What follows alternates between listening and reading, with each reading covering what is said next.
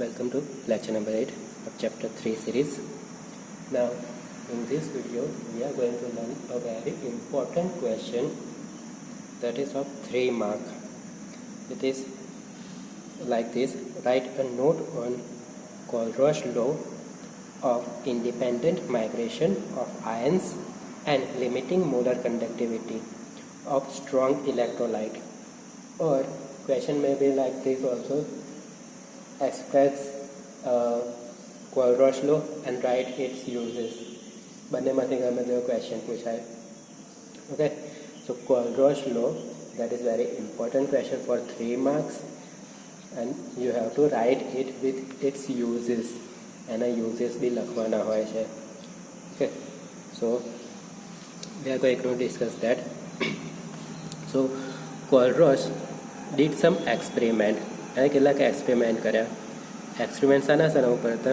એણે લીધા સોલ્યુશન, કેટલાક સોલ્યુશન લીધા, NaCl, KCl, NaBr, KBr. Then he did some other experiment also with taking NaI, Ki. એ લઈને બી એણે એક્સપેરિમેન્ટ કરેલા. From that experiment he observed some regularity in limiting molar conductivity. lambda 0m limiting molar conductivity. The limiting molar conductivity that we discussed in earlier video, the definition was like this: the molar conductivity of substance of solution when concentration approaches to 0, that is called limiting molar conductivity. કે જ્યારે 0 થઈ જવા આવે, exactly 0 નહીં, એ વખતે જે molar conductivity હોય અને લિમિટિંગ મોલર કન્ડક્ટિવિટી કહેવાય. કોલરોશ છે આ લિમિટિંગ મોલર કન્ડક્ટિવિટી. સપોઝ મેં આ 4 સોલ્યુશન લખ્યા છે, એની ઓબ્ઝર્વ કરી અને એની અંદર કંઈક એણે રેગ્યુલારિટી ઓબ્ઝર્વ કરી. એ રેગ્યુલારિટી કેવી હતી? સો limiting molar conductivity of KCl minus limiting molar conductivity of NaCl is equal to limiting molar conductivity of KBr minus limiting molar conductivity of NaBr. Here you can see metals K and Na, K and Na બધા same છે, ખાલી અહીંયા કરી Cl અને Br, Cl Br એ change કરેલા છે, halogen change કરેલા છે.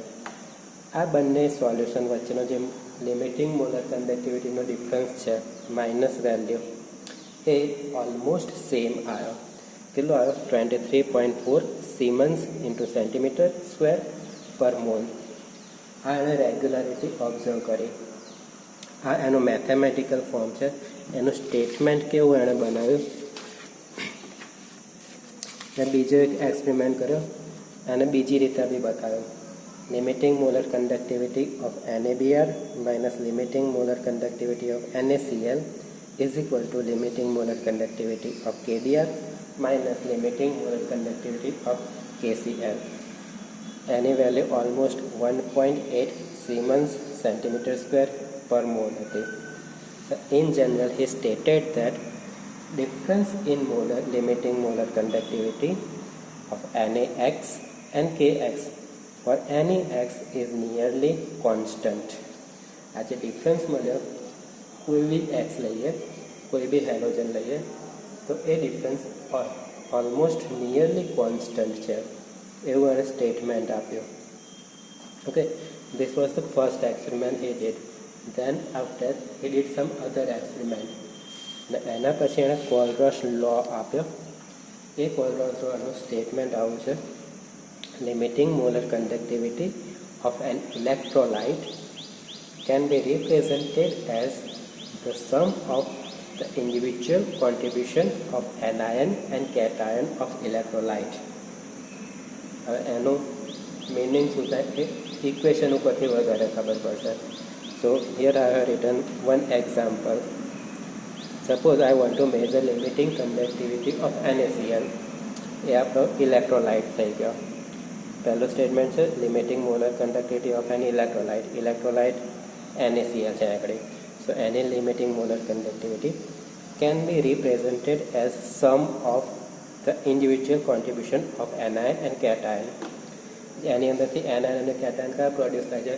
as anion we can get Cl minus and as cation we get Na plus. તો બંનેના જે મોલર કન્ડક્ટિવિટી હોય એનો સમ કરવાનો. So limiting molar conductivity of NaCl is equal to limiting molar conductivity of Na plus limiting molar conductivity of Cl minus ion. આ એનું example છે. Now the mathematical general form ની અંદર એને લખ્યું limiting molar conductivity of any substance is equal to V plus limiting molar conductivity of positive ion plus V minus limiting molar conductivity of negative ion. Now what is V plus and V minus? So V plus and V minus are number of cation and anion. જેટલા produce થયા હોય એટલા લખવાના. Suppose મેં બીજું example લીધું હોય. I want to measure limiting molar conductivity of AlCl3. તો તેમાંથી આયન્સ કયા પ્રોડ્યુસ થાય છે? Al plus 3 ion plus 3Cl minus ion. Cl minus એટલે 3 પ્રોડ્યુસ થશે. So limiting molar conductivity of AlCl3 is equal to limiting molar conductivity of Al plus 3 ion. એ એક જ છે, સો આગળ એક જ લખ્યું, plus 3 into limiting molar conductivity of Cl minus ion. 3 કેમ લખ્યા? કારણ કે Cl minus ion આગળ 3 પ્રોડ્યુસ થયા છે.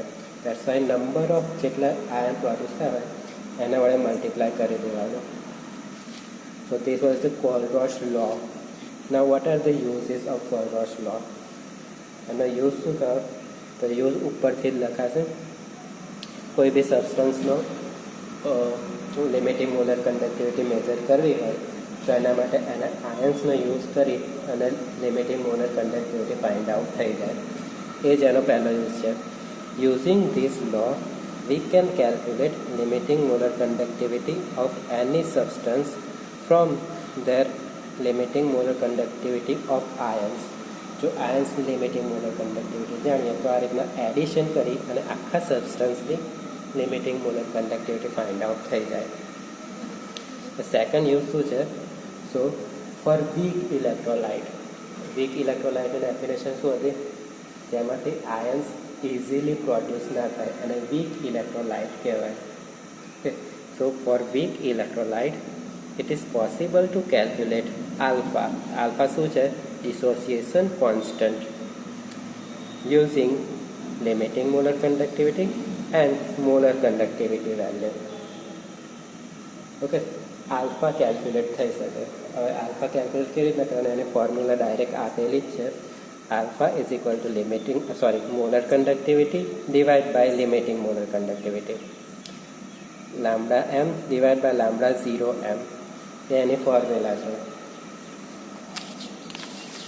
હવે એના ઉપરથી આપણે આલ્ફા મળી ગયો.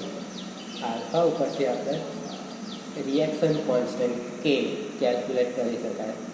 પ્રીવિયસ ચેપ્ટરમાં ચેપ્ટર નંબર 2માં બી આલ્ફા અને કેનું રિલેશન આપણે ડિરાઈવ કરેલું.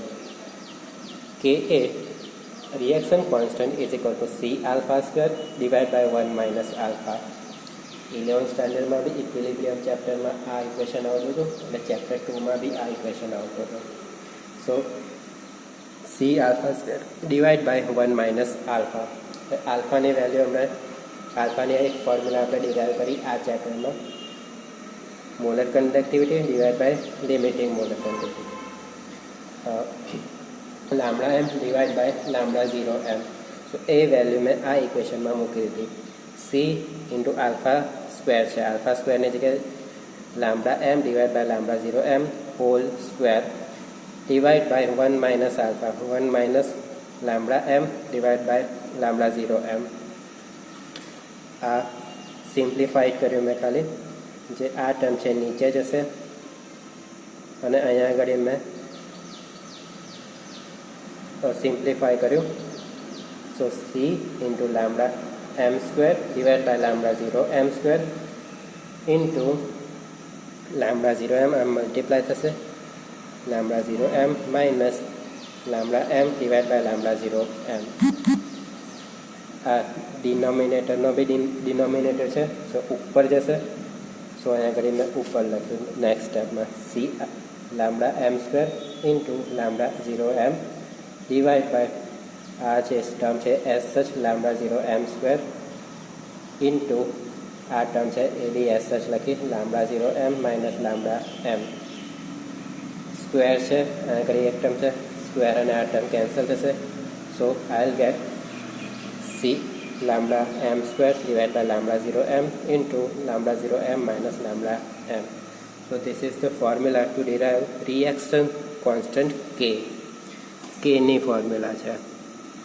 Okay. So these are the uses of Kirchhoff's law. This question is very important for theory as well as examples. We are going to use these equations for examples also.